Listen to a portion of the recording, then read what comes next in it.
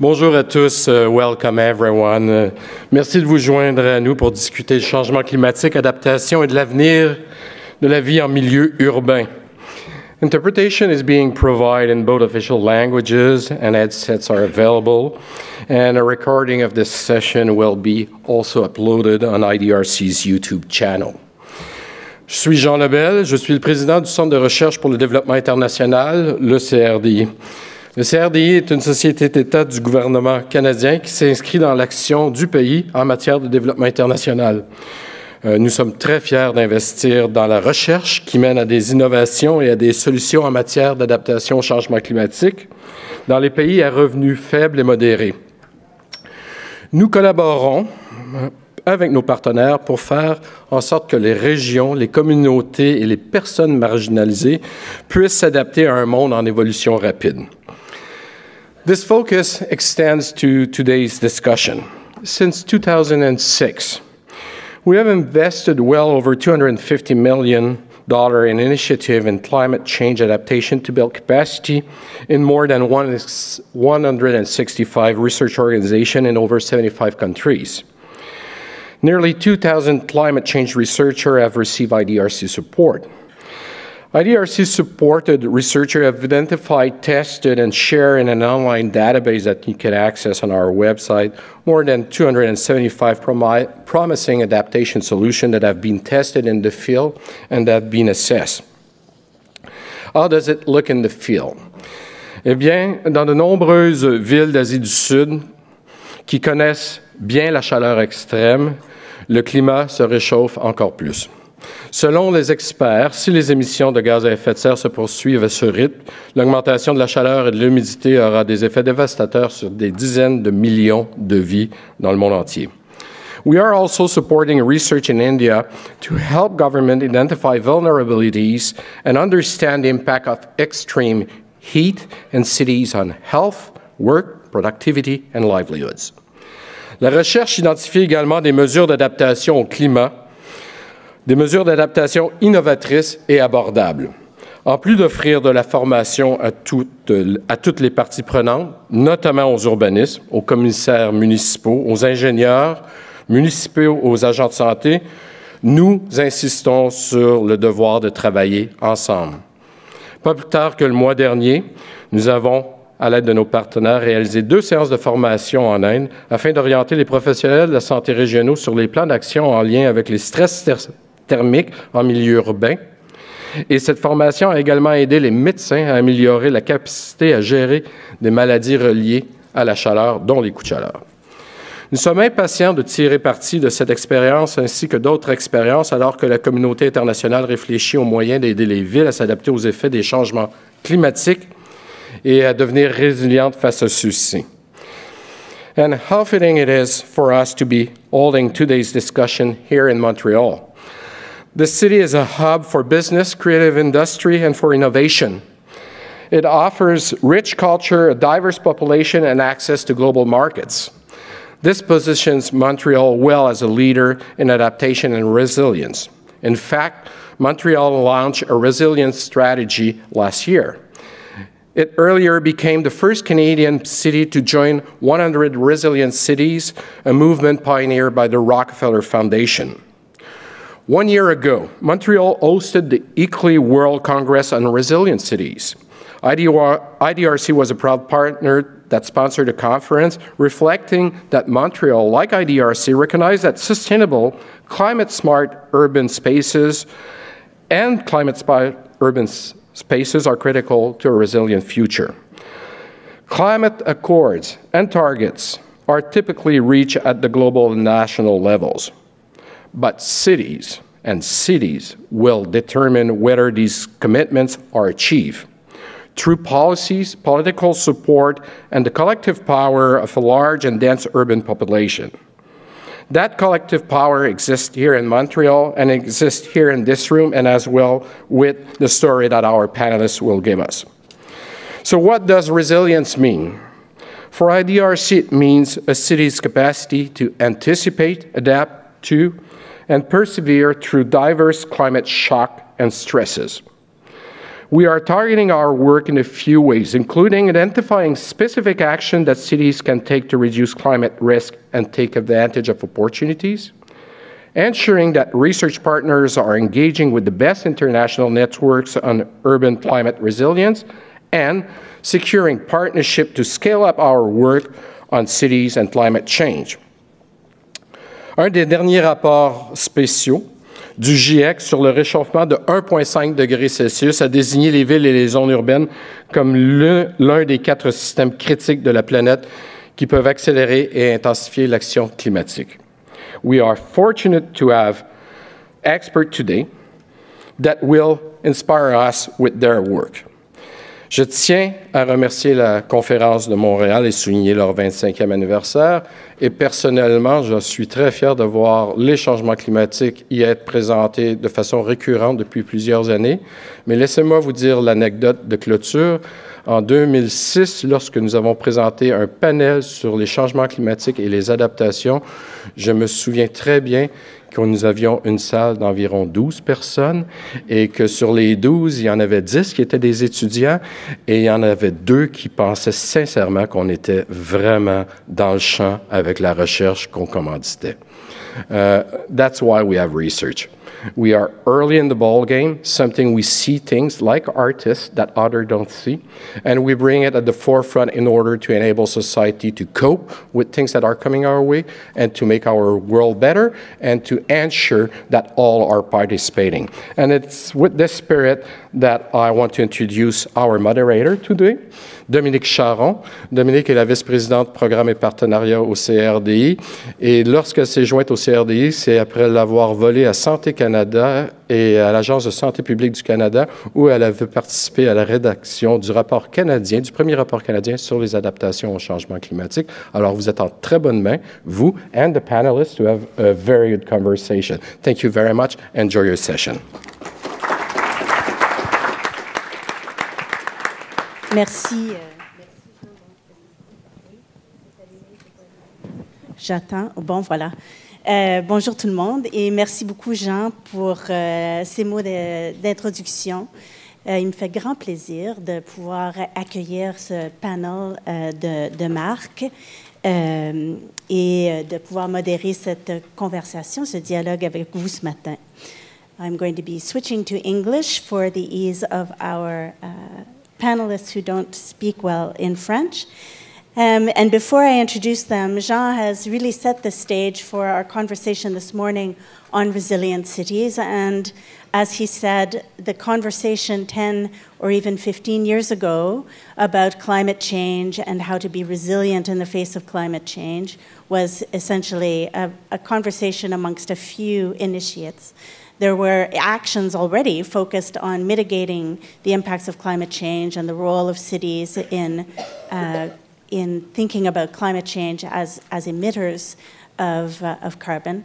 But the conversation around resilience and around accelerating action to improve our ability to anticipate, cope with, adapt to the negative and strong hazards of climate, but as well to take advantage of those opportunities, the need to accelerate action is increasing, and the need to have better knowledge, better research, better evidence on how to take those actions is also increasing. And that brings us to our panel today. And as we know, many of you in this room will be aware, cities are now where most people live. More people in the world live in cities than anywhere in the world. And that the cities are expected to grow. So the size, the urban population in the world is expected to double by 2050. And so even more people will be living in cities. That growth is almost entirely going to be happening in what we call the global south, the developing countries of the world. And in those regions, that growth is happening at a pace that is very difficult to manage and is creating a great deal of informality in terms of housing, in terms of access to services. 900 million people currently live in what would be considered informal settings, slums, and slightly less informal than that, but informal nonetheless, without access to proper municipal services.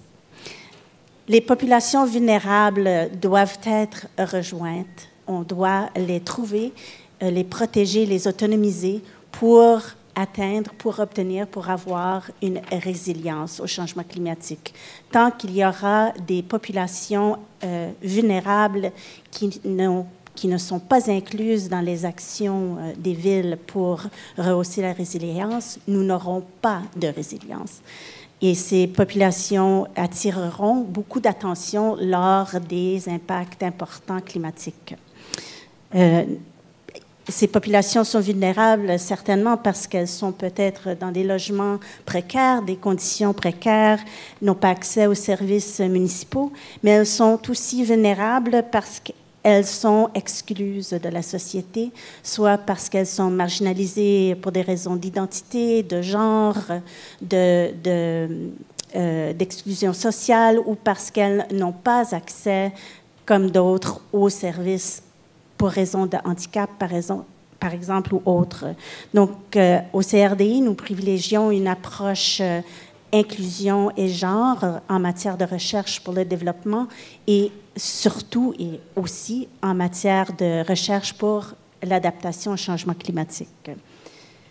Jean spoke already about what we consider to be resilience, which is increasing our ability to anticipate, to understand what climate change means in the urban setting, what actions we might be able to do to reduce the negative impacts, the strong impacts, what solutions we might have to take advantage of changes in climate, and how we can, together as in urban environments, move forward to a prosperous future under conditions of climate change. And that is, in essence, the topic and the ideas that will be brought to us by our panel today. Our great panel coming from around the world, bringing different perspectives on how research and knowledge are informing decision-making to improve resilience. So on my far left, your right, Geneviève Thouin, directeur des municipalités Municipalities for Climate Innovation Program de la Fédération canadienne des municipalités, the Federation of Canadian Municipalities. Bienvenue, Geneviève. Merci. Then next to her, John Kawilezile-Lomberg, I hope I pronounced that correctly, we didn't rehearse that, Head of Stakeholder Relations and Corporate Social Investment, Santam South Africa, who will be bringing stories from how Cape Town has dealt with the experience of pronounced drought over many years and beyond. And then next to John, we have Belen Desmaisons, Deputy Director of Research, Deputy Director of the Research Center on Architecture and the City from the Pontificia Universidad Católica de Perú, from Peru. Yes. Bienvenida. And lastly, on my immediate left, Edward Cameron, who's a specialist in climate change and human rights, or climate justice, we might say, providing advice to a number of organizations, the Government of Ireland, Red Cross, as well as the new Global Commission on Adaptation that IDRC, as part, together with the Government of Canada, are very honored and pleased to be supporting, a key body that is bringing together the evidence on adaptation to help spur more action more quickly, with a report coming soon at the UN next September. So with that, welcome. We're going to have a couple of rounds of questions to the panelists, and the panelists will have a conversation. Then we will turn to you. Il est important que vous participiez. On veut vos questions, vos intuitions pour animer notre conversation. And then we'll be pleased to have closing remarks from Professor Philippe Gachon de l'Université du Québec à Montréal just before concluding the session today. So let me start first with a question for each of the panelists to respond. We're talking about resilience and how what research can bring in terms of solutions and innovation in that space. So in your experience, what kinds of innovations, solutions, information, knowledge have been most useful and can be most useful to help cities prepare, adapt, and even contribute to this low carbon transition in that adaptation? So why don't I begin with you, Edward, on that? Well, first of all, thank you very much to Dominique and to all the colleagues at IDRC for convening this discussion, and for all of you for giving up your morning to participate in this conversation. There is an old adage in climate change that resilience means avoiding the unmanageable and managing the unavoidable. Until the Paris Agreement was adopted in 2015, we were on course for more than 4 degrees Celsius of temperature rises by the end of this century. And to put that into context, the major crops we depend upon for food security around the world, maize and corn, wheat and rice, cannot grow at 4 degrees Celsius of temperature rises. So the first priority for any city seeking to prepare is to contribute to the development of a low-carbon, new climate economy, meaning understanding your carbon footprint and addressing key sectors such as energy, transportation and mobility patterns, food, production and land use, and of course, urbanization processes. It's vital, as was mentioned in the opening remarks, that national governments and international processes do their job, but it's equally important that cities around the globe join this cavalcade of ambition by putting in place science-based emissions reductions target to make sure that we avoid unmanageable climate change. However, that being said, we also know from the last 18 months that we are already living in a climate-changed reality. From wildfires in California and Australia, to flooding across the Midwestern United States and Kerala, to extreme weather events across the Atlantic seaboard in the United States, and more recently, tragically, in Mozambique, to temperature fluctuations and extreme heat in places like Europe and Japan. We know that climate change is already happening. It's impacting lives. It's affecting where people can live. It's posing a material risk to business. So we must act on this issue now, because it is not tomorrow's problem, it is today's problem. The first way that we go about acting on climate change is that we must properly diagnose risk. And the sad reality we face is that most cities around the world have got a two-dimensional understanding of this problem, when in fact what they need is a three-dimensional understanding of this problem. So the first dimension is that climate change leads to an increase in the frequency and intensity of hazards. Things like extreme weather events, whether hurricanes or cyclones, changes in water distribution, flooding, temperature variations and fluctuations. We know that those hazards are increasing. That's the first dimension. The second dimension is exposure. We know that more of our population centres, more of our infrastructure, more of our transport and logistics are exposed to these hazards. Sometimes because the hazards themselves are shifting, sometimes because of poor planning and urban practices that we have employed. But the third dimension is the one that is most often overlooked, and that is the issue of vulnerability. Why is it that we have underlying weaknesses within our socio-ecological systems that are amplifying climate risk for cities and other regions around the world? For me, as someone who's worked on climate change for over 2 decades, I've communicated a lot of data points and statistics in venues like this all over the world. But the single most important statistic that I ever learned when first embarking on my career in climate change is that 90% of all fatalities to extreme weather events in a cyclone in Bangladesh in 1991 were women. And that statistic forced me to ask a very important question. Why women and not men?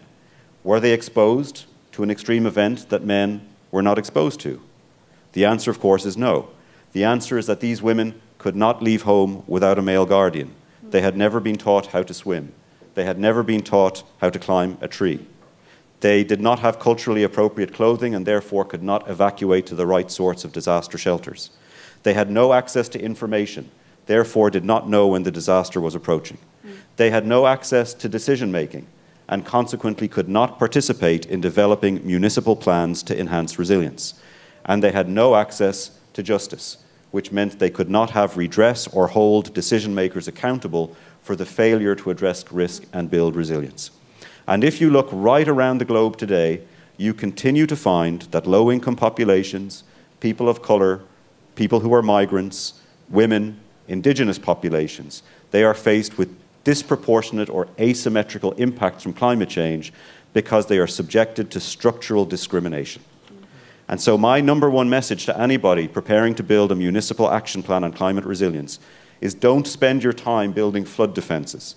Don't only think about climate proofing your buildings or your infrastructure, but understand very deliberately the role that structural discrimination plays in amplifying climate risk.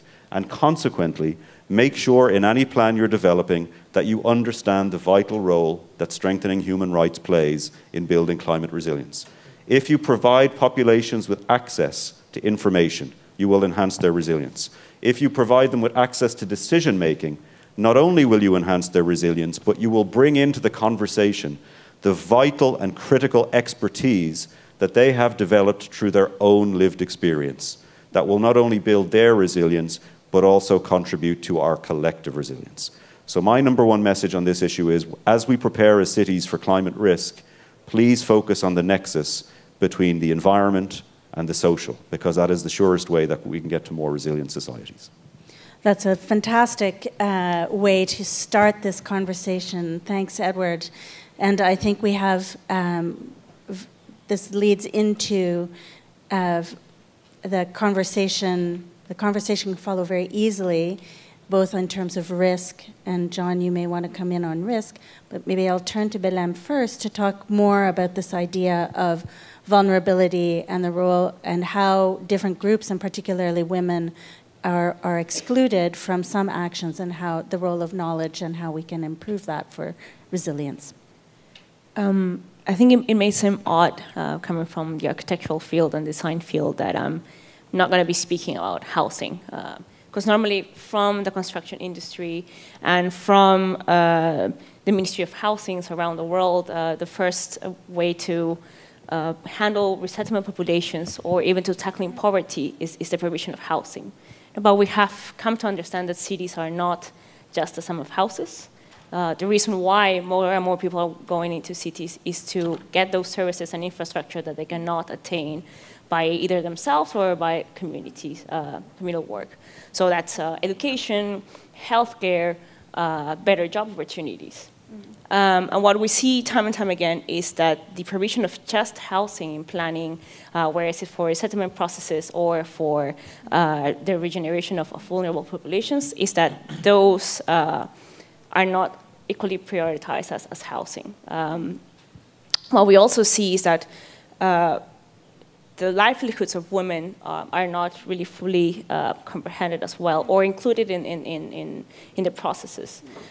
We do see, coming from a more spatial understanding of things, that in order to bring about change and to include people, especially women, in better job opportunities, what we need is infrastructure, communal and services that are available for them to lower their unrecognized domestic labor. What we see all across the Global South is that women have an enormous amount of work that is not recognized. I think Edward was mentioning it, taking care of children, cooking, taking care of the elderly, and being in the house.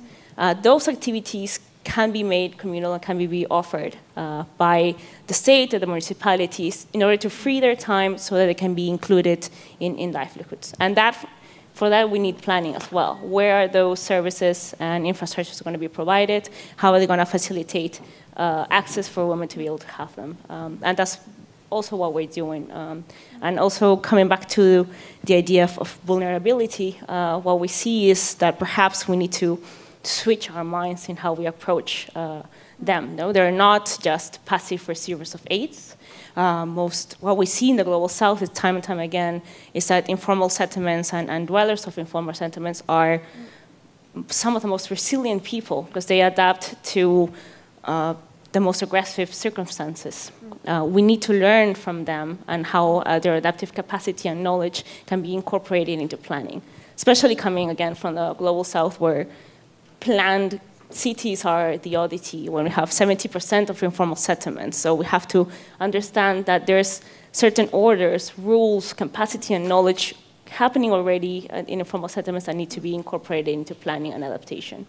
More than infrastructure or the city infrastructure, what we need is resilient citizens. The infrastructure has to serve that prospect. Great.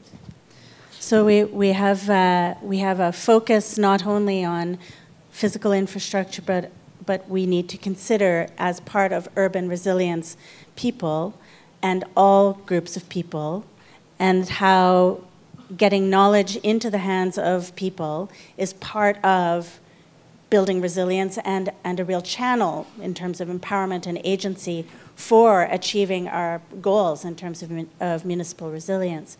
Let me come to you, John Lomberg. You're coming from South Africa, the worst drought in decades, that's thankfully over, but still, many lessons learned there. And you're coming also from the insurance sector. You can tell us about the innovations and solutions that you see as key to building urban resilience from that perspective. Thank you, Dominique. I concur with my two fellow panelists. Maybe one point that one must underscore is that there are certain things that have got a slow onset and make vulnerability to for the city even worse when those acute shocks present. That is chronic stresses. Issues pertaining to high unemployment, inequality, job, poverty, rapid urbanization, as already mentioned, endemic food shortages, and large-scale corruption. We find that these things make the city vulnerable long before the acute stresses present. And that was a key learning for us, reflecting back on the lessons in South Africa. Because the issue of corruption is something that eats at the fiber of keeping cities resilient. So, and that is one of the key things that was a high point that we needed to look at. The second thing is that building resilience is not a preserve of one single entity. It's collaboration and partnership with all these groups and categories of sectors that was mentioned earlier. Our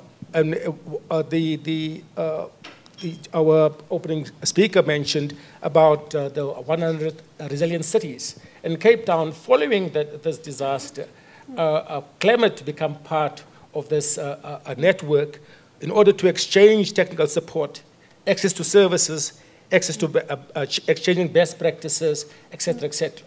So that's critical that entities and decision makers realize that it is not a preserve of only the city to build resilience. We've got to build international partnerships and local partnerships, provincial, national, and with everyone in the ecosystem.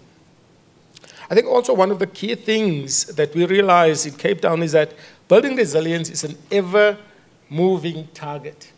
It's a process. You can never reach resilience. It is to do with, one can only understand resilience after the shock, in the aftermath. And then one have to recalibrate as to, so what do you do next to build more resilience? So it's not an end in itself, it's an ongoing process. But what was very interesting in the learnings from the drought in Cape Town is the appointment of a city resilience officer. This issue is escalated to such a degree that this person is an executive in the city and is tasked with guiding the strategy and implementation of and constantly reviewing resilience measures, informed, of course, by a city resilience framework, which provide the lens through which resilience is looked at. So consideration is given for city plans, environmental plans, economic strategy, built environment plans, city municipal spatial development framework, city disaster risk management framework, national plan as well. Those things need to be considered when you build a resilient strategy. Even international plans, SDGs, they need to also be incorporated, as we've learned in the aftermath of the drought. What was also interesting is how charters was then developed. The city developed a city resilience charter comprising of government, business, academics, and so on, to ensure that the inhabitants of the city are protected during those disruptions. The second thing that we created, or what was created, was organizational charters, where business have got a clear understanding of what potential shocks will present within the business environment, and what is their role in supporting government in building resilience, and more importantly, their responsibility to build capacity among their employees to be more resilient. And what was interesting is also a personal commitment charter that each individual is given to sign so that he or she can understand what their role is, build their own networks, share emergency numbers, also know what to do in the case of disasters. So these were all the things that came out of this catastrophic event in 2018 in Cape Town. The importance of data, though, is very, very important. That the city realized it must work with data providers and tech platform partners, which look at creating the resilience dividend, as we call it. That is, what is the bonus that the city can present or show for taking resilient measures, as opposed to business as usual. So that resilient dividend is critical, that everyone understands why we're doing it. What would the benefit be in the long, medium to short term, and the long term for the city and its inhabitants? So maybe let me think. Great. Thanks very much, John. Donc, Geneviève, we have heard a great deal of perspectives, both from Latin America, South Africa, and the sort of opening framing that Edward has given us. How, as in your perspective with the Federation of Canadian Municipalities, and in particular the context around the climate innovation project that you are leading, how are these stories resonating for you in terms of the importance of knowledge, and what kinds of solutions do you think are necessary for resilience? Yes, so from the Canadian context, so just to frame a little bit the context in Canada, two things that were mentioned already but resonate really in Canada is, first of all, the influence that municipalities have over emissions. So that's the emission reduction side of things. Municipalities in Canada overall have influence over half of the emissions, and that's part of the solution in terms of their potential for action and result and impact. But they're also at the forefront of the impacts of the climate changes and the disasters that are happening now. And so this is something that is quite key in the municipalities here in Canada, as Edward mentioned earlier. So some of the things that we're seeing is that we do have solutions. Technical solutions exist, but there's some difficulty, first of all, of getting them known around in the sector. So while the solutions may exist, and the data exists as well, it is not easy for municipalities across the country here in Canada to know that, first of all, they exist, and then where to find them, and once they're found, how to potentially implement them in their context. And while this may be a little bit easier in terms of trying to reduce emissions, because some of those solutions are universal, it is even harder on the front of resilience, building resilience and adapting to climate change, because those impacts are so deeply local. And therefore, the solutions that have to be implemented are local solutions and cannot be necessarily universal solutions.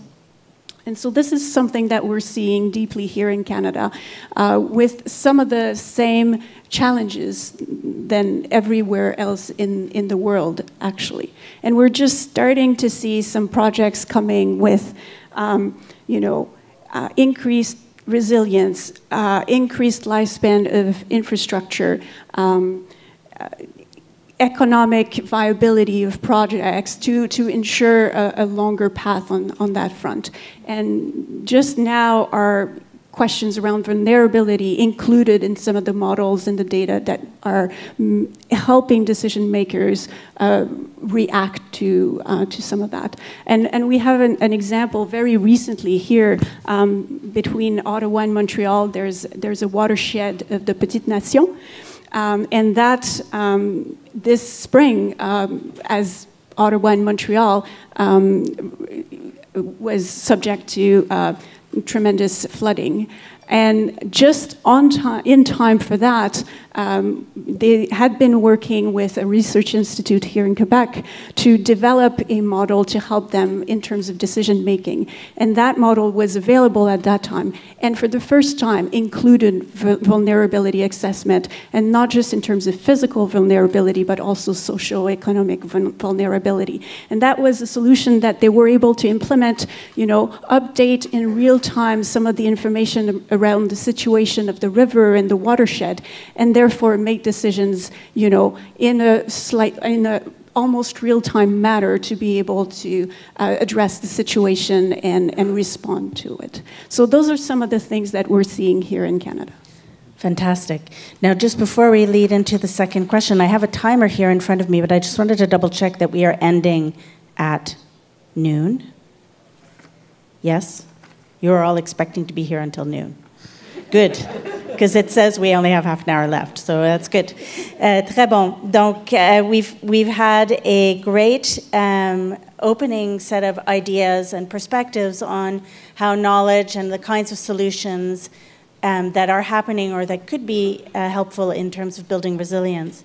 But we haven't specifically spoken about private sector, the role of the private sector. And Edward, if I can ask you, you've had quite a lot of experience the past time that I've known you in advising some of the biggest investment and multinational entities on thinking about climate change and resilience. What do you see as the role of, and let me just get this right, what the private sector brings into this discussion of urban resilience? Well, I actually think that the embryonic leadership of the private sector, if I can put it that way, on climate change is one of the most positive stories of the last 5 years. If you look back to 2013 or thereabouts, there was sporadic leadership within the corporate sector on this issue. Fast forward to 2019, and today you have 6,000 companies around the world who together represent $36 trillion of market capitalization, which is half the global economy. And these 6,000 companies have made a range of climate commitments.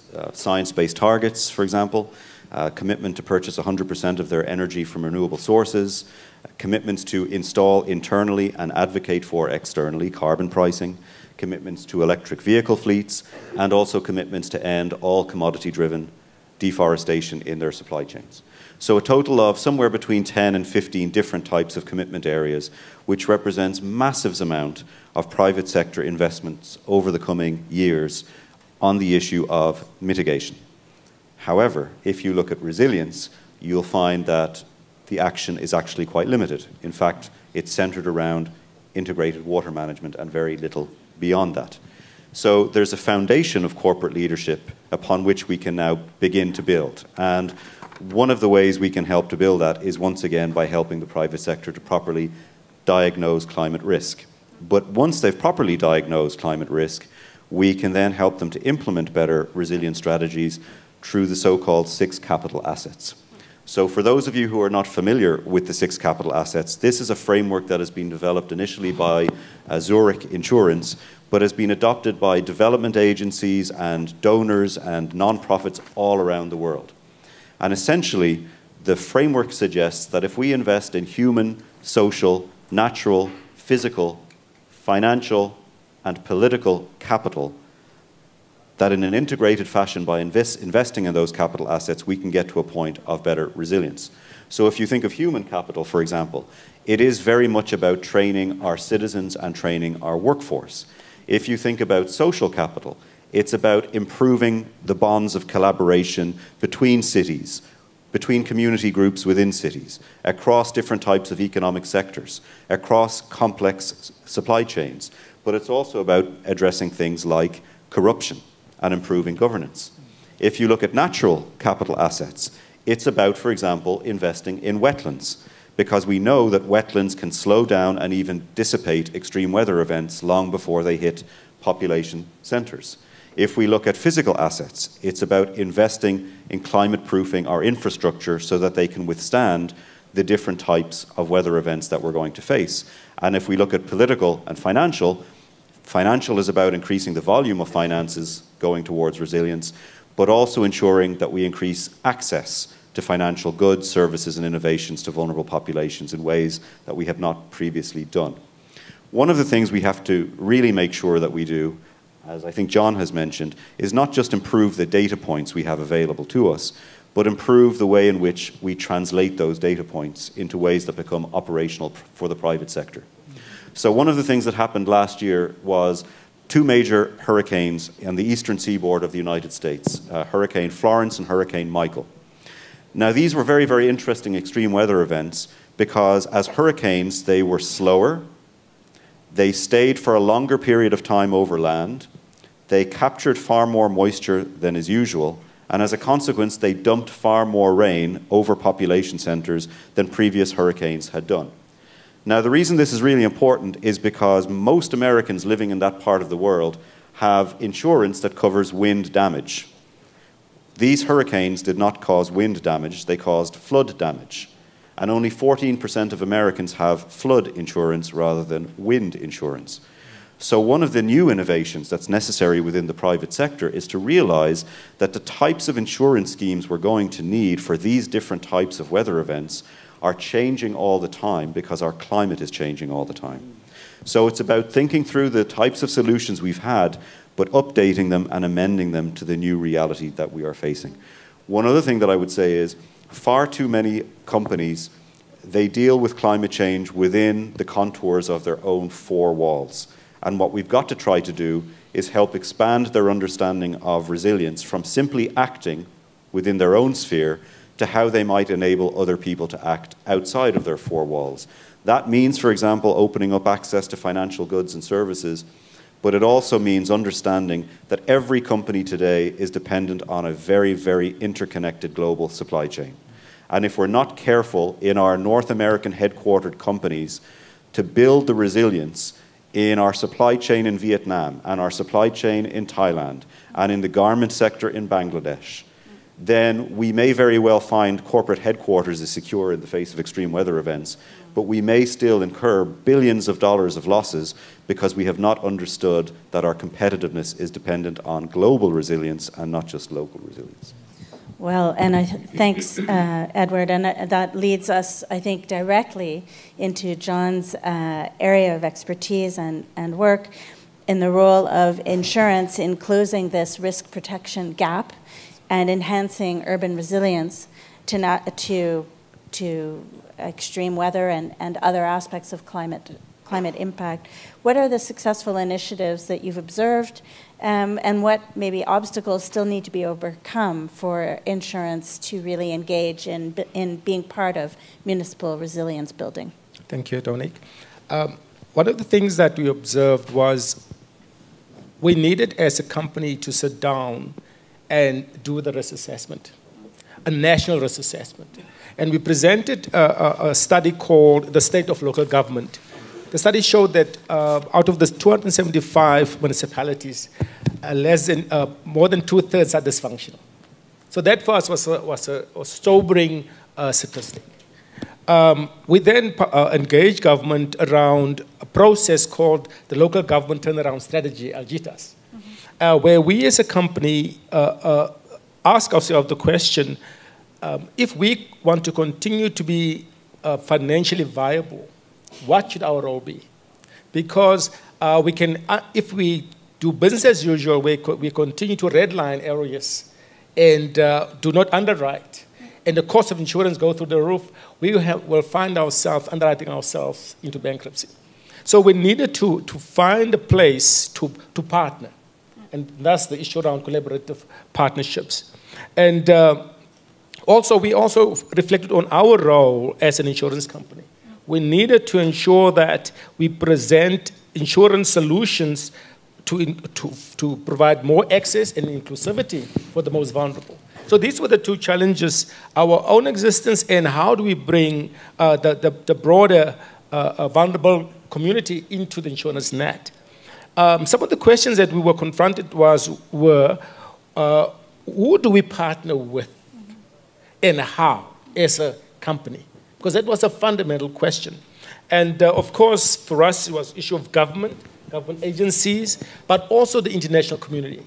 UNEP FI, Principles for Sustainable Insurance, was one of the international partners, universities, research institutions, and happy to say with IDRC as well, we engage with them, CSIR and so forth, so that we can understand that our decisions must be informed as well by data information.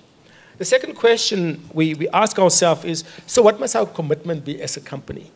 How can our company make a tangible contribution? Because also directors and financial directors ask, how much should we commit to? So, but we were clear, municipalities are challenged, you've got financial constraints, resource constraints, etc. So the issue around financial contribution was a key one. We need to make a financial contribution to purchase and acquire some of the equipment that municipalities require. Technical skills, we also realize that we've got a huge network that we can mobilize to support municipalities. Our buying power, we spend close to 50 billion on insurance claims. So we could use our buying power or even mobilize the insurance industry to play a role. So these were the things to the question, what can we do as a company to provide tangible contribution? Another question we were confronted was, where should we focus and what are the needs? Because there are so many challenges in municipalities, but we as an insurance underwriter, a risk carrier, we needed to stick to our core business. So with risk underwriting, so for us it made sense to support municipalities around risk management, looking at fire risk, flood risk, and related risks, providing them with resources to fight deal with these catastrophes, training, community awareness programs, and also GIS, Geographic Information Systems, to enable municipalities and practitioners to make right decisions using data and information. Another question was, what should our focus be? What is strategically relevant and a feasible objective? And there, of course, we also realized we can't be all things to all people. We needed to focus primarily on our core business, and then finally, how do we assess impact in order to improve our contribution? So we look at how does the work we do change policy at national level, provincial level, at district level.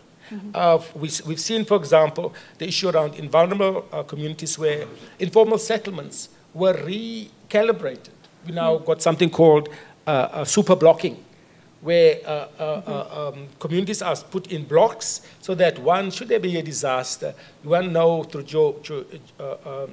know exactly where in which block this risk presented. We also see improve response times for disaster management practitioners, improve understanding of risk, better decision-making of municipalities, and reduction in loss of life and assets. So these are all the things that we put into the mix when we as an insurance company engage with municipalities. Fantastic.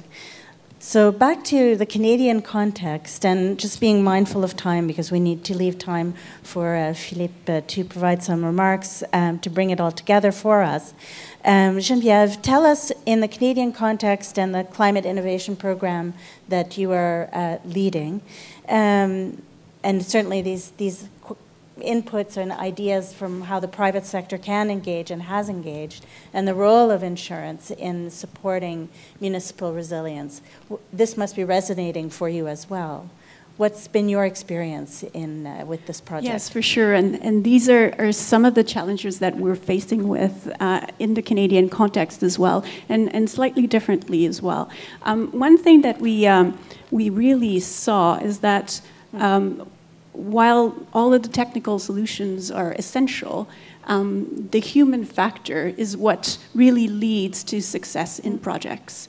And that can be, champions at the local level, whether they're, elected officials or municipal staff, but really a step further with community engagement and having all of the community engage in a certain project and so on will really lead that and give it a higher chance of success and results in that scale. The other thing that we saw to support what John was saying is the value of a partnership model, and we had this chance to be able to test different ways to have an impact in Canada with Canadian municipalities, some direct action and some action through partnership models. And what we've seen is that the reach that we've had with the partnership models was like 5 times at least what the reach was directly for us with similar resources. And so engaging all of these partners that are helping implement some of the projects or some of the actions or some of the planning that's happening really has had a tremendous impact and has increased the amount of reach that we've been able to do. So just like John was mentioning, how do you select those partners? How do they integrate together and so on is a key question. But that has had a tremendous impact for us in terms of reaching some of the objectives that we were trying to achieve. And in order to see how that network is evolving and helping and how strong it is, we've been able to start mapping our partnership model and their own partners and how they interact with the cities and the municipalities here in Canada. And we've seen that evolve over the years and see how strengthened it becomes and therefore how more resilient it makes the sector.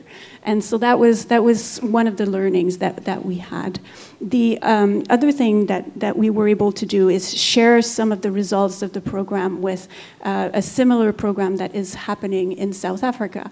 And therefore, we had some great dialogues around it. And one of the things that resonates a lot in municipalities is learning from peers. So learning from people at the municipal level that have had the similar experiences, that have gone through some of the steps and are able to share that. And that has been extremely helpful.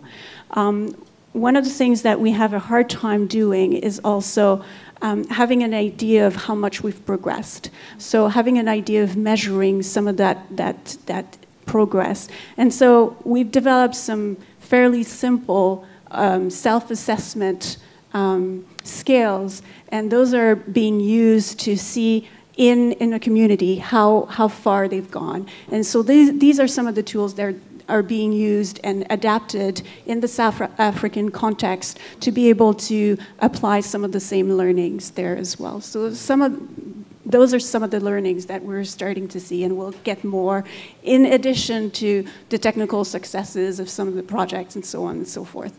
All of that human peer-to-peer learning context is one of the most important that we've seen. That's a fascinating and also a testament, I think, across the panel to the role of cities as leaders of action on resilience. The impacts of climate and the causes of climate are many and diffuse, but in terms of building resilience and empowering people to take action, municipalities have had and are continuing to have and will only have a growing role, I think, in terms of action. So let me come back to you, Belém, and tell us more about your experience of this agency of empowering people in cities as part of a city's more formal resilience building. Well, I wanted to also further elaborate on what John was saying about that resilience is this never-ending process. I think we need to understand that city making, city planning is also this never-ending. Climate change is not the only change that we have to deal with. We have the evolution of people's necessities, people's desires throughout quite likely my desires are quite different from my grandma's desires. So how do we integrate that as well? And take into account that climate change exacerbates certain meteorological events, but those have occurred for centuries, and how we need to recognize how indigenous communities or people that have been living there for centuries have been able to adapt to those as well. I have two important cases from my research in Peru. The first one is in northern Peru, where we have a group of farmers living in a lowland area on the rivers. They live quite close to one of the main cities, Piura, but they work on the lowlands. Whenever there's an El Niño event, which before used to happen every 2 decades or so, and now more and more frequently, what they did is they just moved their town uphill for the duration of the thing, and then the Niño, the flooding succeeded, and then they went back. They've been doing that for 400 years. What happened in the last El Niño?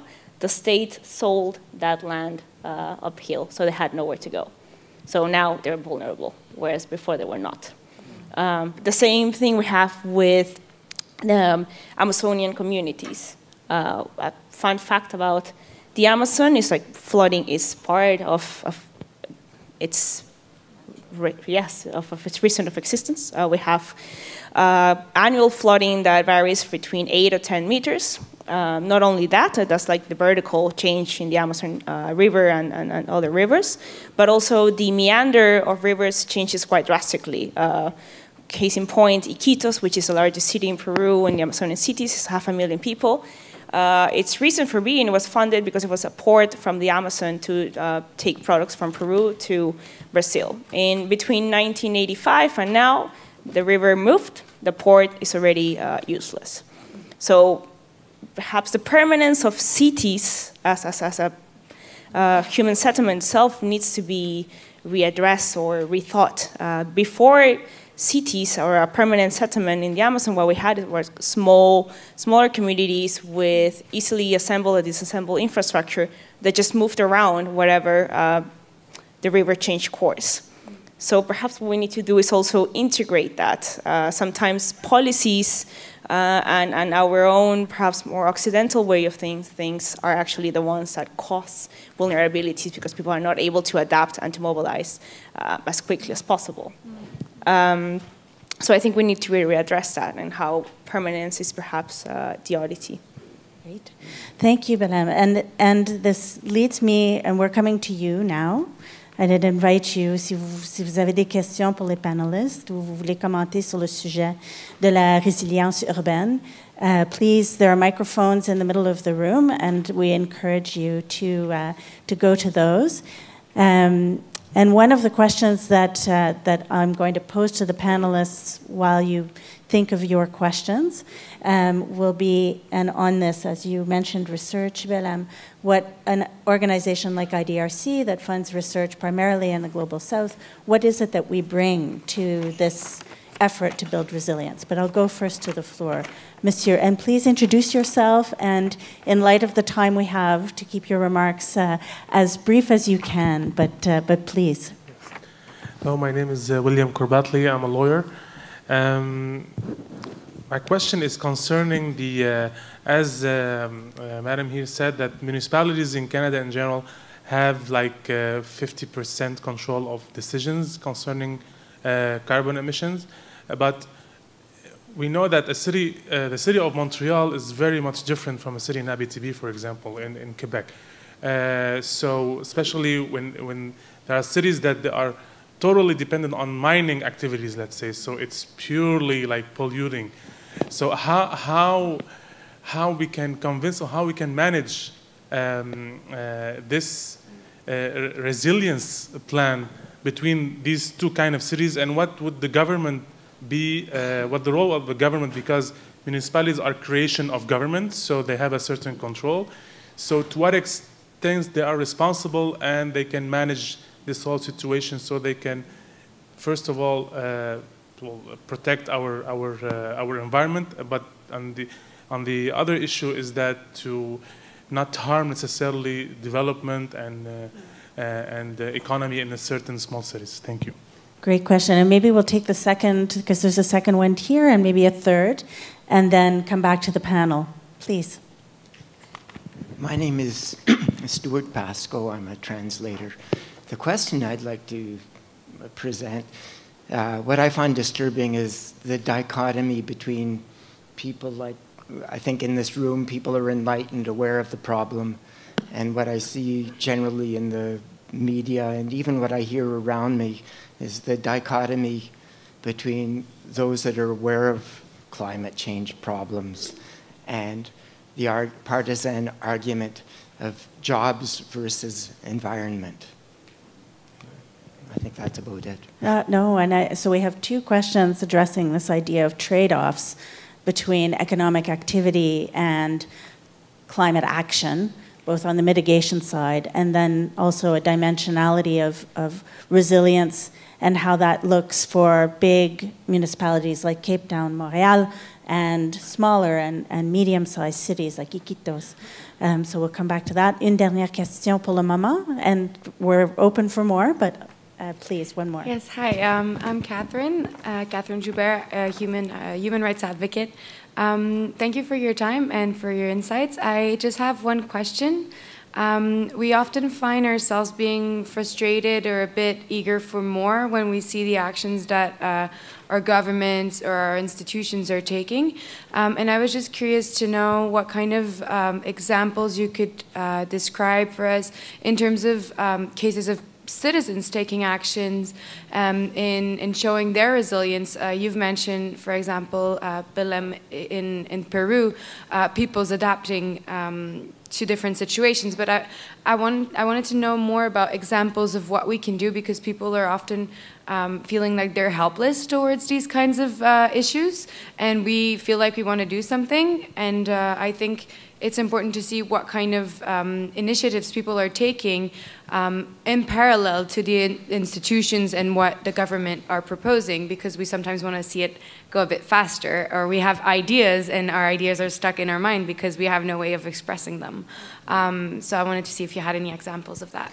Great. So maybe my question on what an organization like IDRC can do in terms of supporting knowledge and evidence that will spur action, help citizen engagement and action, address some of these trade-offs. So why don't I go down the panel? I'll start with Geneviève, respond to whatever you like, maybe in a minute or two, and then we'll come to Philippe's comments. Okay.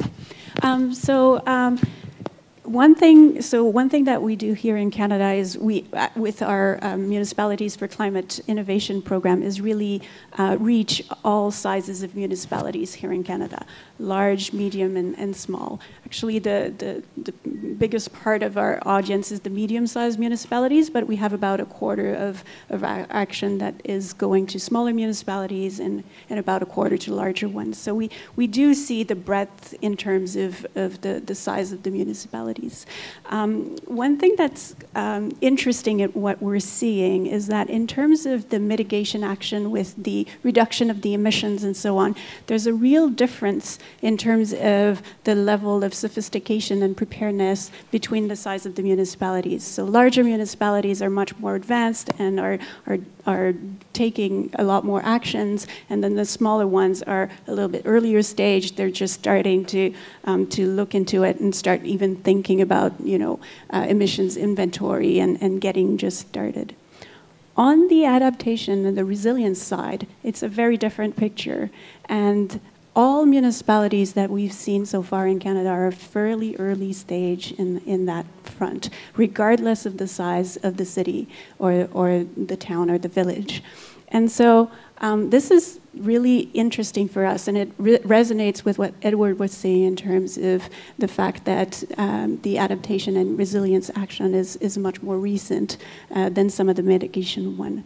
And so this is where we've seen some of the smaller municipalities actually get ready much more quickly on this front, take action quicker on this front and moving in that direction. But generally, overall, that's what we're seeing here in Canada. Thanks. And John, if I come to you, I think this idea of, and certainly from as an risk, working in an insurance perspective and managing risk, this idea of a trade-off is maybe less, it's less of a trade-off for you in that if we don't act, we're going to be eating the costs. But I'm not the expert, you are. Neither am I, but I can try. We found that municipalities were managing or responding to catastrophic events blind. So the need for data, which assists in the determining probability of certain outcomes, was always missing. We needed to have that data and enable municipal decision makers to act on that data, to look at the trends and so forth. And further, data models driven to understand the dynamics of urban, social, and economic conditions, helping to inform the future investment and programmatic outcomes. That is what's also missing. Until the advent of the Green Book, which was then made available through partnership between CSIR and IDRC, and that enables municipal managers now and municipal practitioners to make informed decisions, to make wise decisions proactively in order to mitigate a potential impact. So for us, the issue of the trade-offs, from an insurance point of view, we would like to see this as an and situation. It is not either or, it's and. We need to do both those things. The case in point, I want to respond to the question, the third question about these communities. How can communities take responsibility? We've seen how one example, for example, is a community in Kranshoek, following the fires in Knysna, where it contributed to 3.7 billion rand loss. And that's very conservative, 3-day event contributing to so much insurance losses. But there was one particular community that made it their business to remove any risk around creating defensible spaces around their homes. They created something called Firewise communities, where they've got a group of 10 people who went from house to house, 2,000 families. A group of 10 went going from house to house, informing, educating community about what they should do in the case of fire. We are now in a position, or rather, when that fire hit Knysna, this fire went around this community, connected the other side, and moved on and caused further devastation. For us, it was a learning. If community take responsibility to managing their own risk, they are more resilient. We are now able to provide insurance for that community as a group insurance package in order to build more in terms of their resilience. So there are examples where when the community takes responsibility, the results are beneficial for both. Great. Thanks, John. And Belém, I think on citizen action, what is your view of building on what John has said around the role of communities and civil society and engaging in building resilience at the municipal level? Sure, I'll try to, with my comments, try to answer a little bit of all the questions that have been put forward. I think, first and foremost, I think we need to understand that research or academic research is being rapidly transformed. It's just not data collection or building a diagnosis. It's also about action and action research, and that's kind of the projects that IDRC continuously funds. Within that, we also need to understand that this research is not only coming from academia and experts. More and more so, we're trying to collaboratively build knowledge with the communities, but also with local municipalities, local universities in the Amazon as well. And what have left, coming back to this idea of also economic trade-offs. How can we provide better economic activities, livelihood sources that are both socially just, inclusive, but also environmentally sustainable? Because people will be more keen to interact or participate in risk reduction if they know that they're not only going to be more safe, but they're actually going to improve their lifestyles. So what we did with them, also with a very vastly interdisciplinary group of people, engineers, chemical engineers, sociologists, psychologists, and architects, and the community themselves with their own existing knowledge, is that we started building rainwater collection systems that were off the grid, in a grid where, again, because of changing territories, having a regular or normalized sanitation grid doesn't work. With that, we integrated the water sanitation, rainwater collection system to already existing programs by municipalities in socioeconomic development, focusing on urban agriculture with women. And with that, we also integrated, for instance, transformative technologies to transform those raw products into something that can be sold. Jam, medicinal herbs, but those things also need in turn places, restaurants, activities for them to have. So it's very much a systemic approach where we're trying to integrate local knowledge, academic innovation, in producing appropriate technologies that are low cost with accessible materials for the population, integrate them with already existing socioeconomic development programs. So thinking outside the box is not just reducing risks, but also bringing about better livelihood resources. And that, of course, coming from a planning and architecture field, needs to be integrated with design of cities and design of infrastructure. Great, thanks, Behnam. You will have the penultimate word, I would say, Edward, and I'd like to invite Philippe up to the podium. But Edward, while Philippe makes his way up, and what do you make of the questions, and to transition us to Philippe's closing? So the first thing I would say is, if you're from Alberta, please cover your ears right now before I give this answer, because there is an old adage in climate change that the problem is essentially food, fuel, and footnotes. Meaning, if we don't address food and fuel, there's literally nothing more for us to do. If cows were a country, they would be the third largest source of greenhouse gas emissions in the world. So as an individual, as a community, as a global collective, if we want to tackle the issue of climate change, we've got to reduce energy use. 67% of all energy production in the United States is lost from the point of production to the point of use. So we need to reduce energy use in part by improving energy efficiency. We then need to change our energy mix.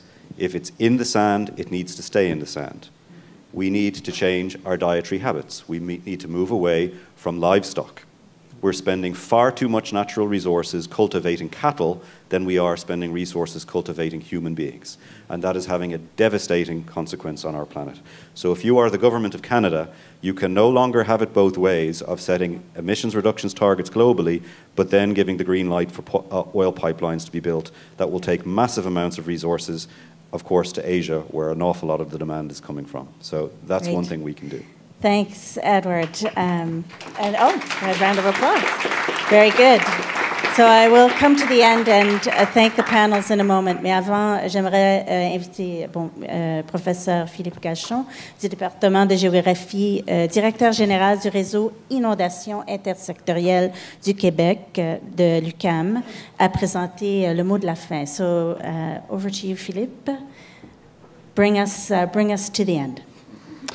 Merci beaucoup pour l'invitation, and thank you so much for your discussion. It was really interesting, and also combining my research and also my knowledge about the lack of maybe knowledge that we need to improve.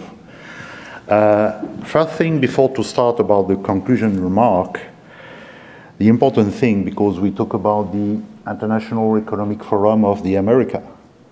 2 years ago, there is a big meeting here in Montreal in which we ratify all the America, the Sendai Protocol about the disaster risk reduction. I mean, we need also to be sure that after a certain amount of time, the amount of maybe improvement, development that we have after the Sendai Protocol. Sendai Protocol, it's related to the needs to reduce the risk, but also to develop the resilience across the world, including also in North America, but also in South America, in whole America.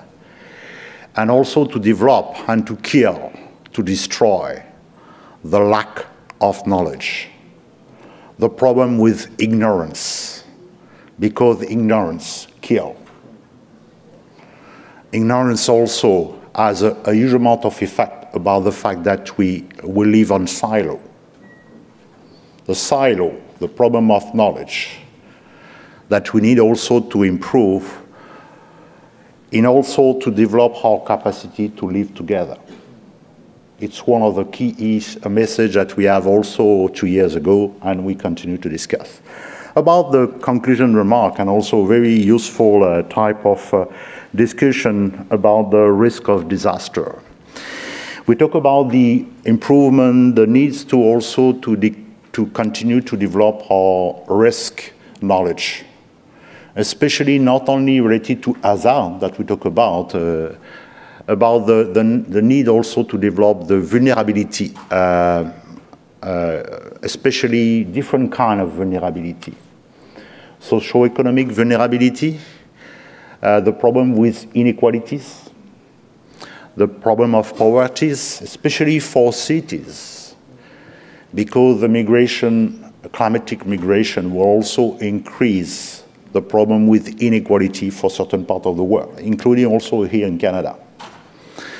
The problem we need also to take care about the reduction of exposure, because it's part of the problem of factor of risk that we need to consider. The important also to improve the power or the capacity that we have to inform, but also about the exposure. Recently, we have for sure a flood here in Quebec.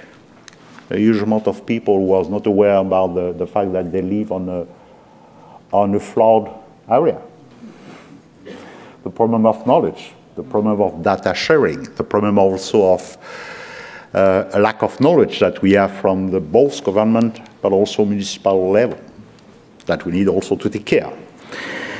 We need to take care about the consequence of disaster. And also the problem of resilience is there, because the resilience is, in my point of view, is also a process that we need to develop on a regular basis. The consequence of disaster, there is a huge amount of consequence. You talk about the fact that women, but also kids, are the more important person who is affected by disaster. Why? For different reasons. Maybe first, the problem of knowledge, transfer of knowledge, education, sensibilization, and also the inequality for sure, that you need to consider. It's true also for poor country, but also it's true for rich country. Especially, I passed a few days in Rigaud recently, an area in which we have a huge amount of people who were affected by flood, and the most important people who were affected by flood was poor people.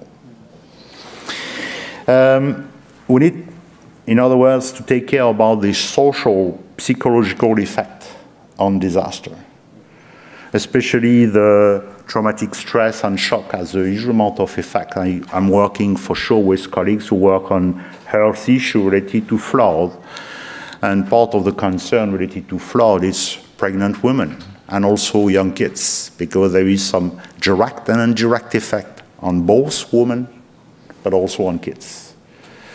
Recently also an area in which my colleagues work at McGill working with the Harvey cyclone in US. She has also discovered that the huge amount of pregnant women was also directly but also indirectly affected by flood. The other important thing that we need to take care, food security. Again, it's not only a problem with a poor country, it's also a problem with a problem of access of resources that we need to consider. And the climate change will increase the problem of food security. It's true also in Canada for certain autochthone people who live in certain areas in which they don't have also regular access of food with a low cost that we have in, for example, in Montreal. We need also to decrease the social economic inequalities and poverty. We talk about this because this has also a direct effect on climatic migration that we need to consider. It's a global problem. Knowledge transfer, we talk about this, mobilization, but also, my point of view, also appropriation of knowledge. We need to work on the sensibilization education. I'm working at university, for sure, it's my role, but also in general manner. We need also to consider that the appropriation of knowledge will be also considered on a regular basis. Build capacity, develop our collective intelligence, not artificial intelligence, human intelligence that we have, but we need to consider to improve the capacity to develop collective intelligence. The increase leads of the infrastructure.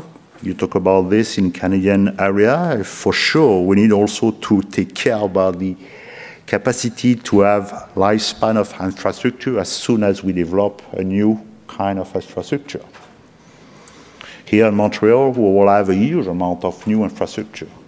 We are not considered about the lifespan, but also durability of certain type of infrastructure related to flood, to disaster. I'm not sure. In other words, we need to consider this. The implication of private sector, it's an important thing because they are part of the solution. Just to finalize few things about the reason of concern related to climate risk. Because part of the problem that we need, or if we are part of the problem, it's my answer when I have also this kind of question.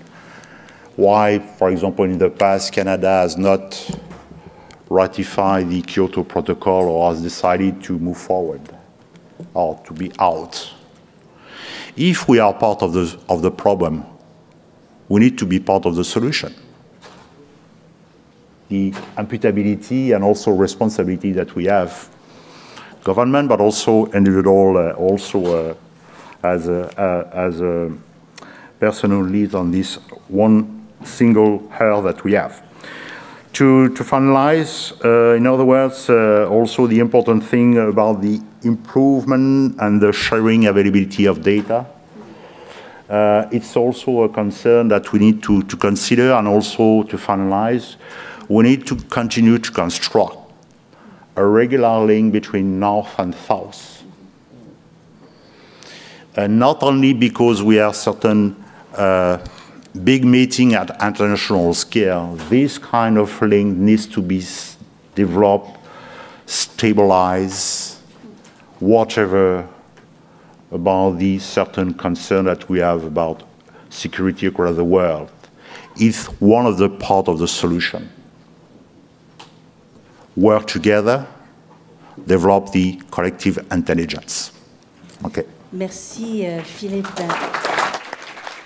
On that note, please join me in thanking Philippe Gagnon, Geneviève Twin, John Lomberg, Belém Desmaisons, and Edward Cameron for this stimulating conversation. Cities are in the lead going forward. Partnerships between cities here, like Montreal, and the global community of cities are where we are going in terms of building the most resilience for the growing urban populations. Merci beaucoup à tous. Merci.